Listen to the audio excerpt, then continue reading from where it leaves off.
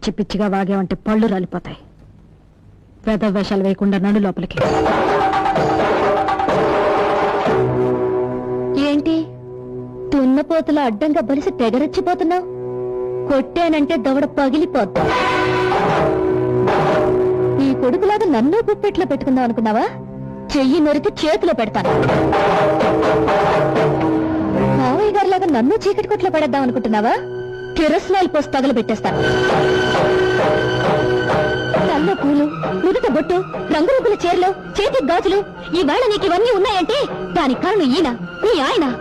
ఆయన్ని బయటకు తీసుకెళ్తానంటే పొద్దంటావా? చెప్పు తెగిపోద్ది. నేను తిట్టగలను అత్తయ్య గారు, కానీ తిట్టను. ఎందుకంటే అత్తయ్య గారంటే అభిమానం, పెద్దలంటే గౌరవం.